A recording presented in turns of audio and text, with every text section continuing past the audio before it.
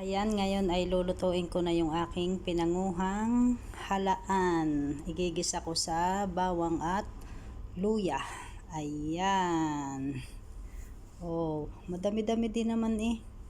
At ating pabubukahin sa mantika. At ayan, oh, utay-utay ng nabuka. At iyan ay aking tatanggalan ng balat. Para pag sinahugan ko ng ng sutanghon ay wala ng balat. Tatanggalan ko yan isa-isa ng balat. At yan ay para hindi pang aba-abala baga pagka nakain. Ang maganda ay tatanggalin na sa balat. At habang pinakukuluan natin ng kaunti ay magtatanggalan yan ang laman niyan. Oh, ayan oh. Tatanggalan ko na ng balat. Ayan. Patapos na.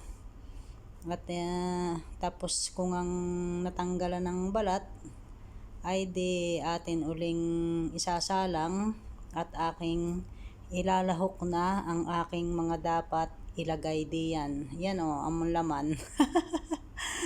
At least may lasa. Yan, inilagay ko na yung yung mga tangkay ng koriander.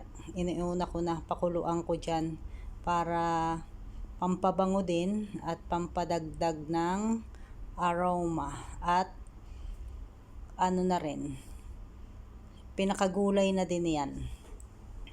Tapos aking inilagay na ang sutanghon. Gawa ng sutanghon ang aking gagawin diyan. Ayan, nilagyan ko ng betchin. At yan ay nilagyan ko rin na pala din ng nilagyan ko din ng patis at saka pamintang durog. At yun, may nakita akong 3 pang crab balls sa ref. Tira ko pa dati, isinahog ko na rin. Madami-dami din naman ang laman nung maalis ang balat. Oh, yan. Pakukuluan lang natin at isasahog natin ang dahon ng coriander. Ayan.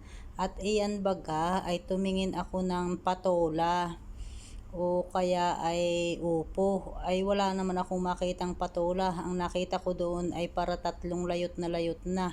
Ang upo naman ay kalalaki. Ay hindi ko naman kayang lahat isasahog pagka malaki. Pagka nagtira naman ako, hindi ko alam kung kailan ulit ako kakaroon pagkakataong maluto. Ay nakita ko may coriander pala ako sa ref. Ay di iyan na lang ang parang pinakagulay. Ay siya, luto na. Kakain na tayo. Thank you for watching at sana'y nagustuhan ninyo ang aking ginawang luto.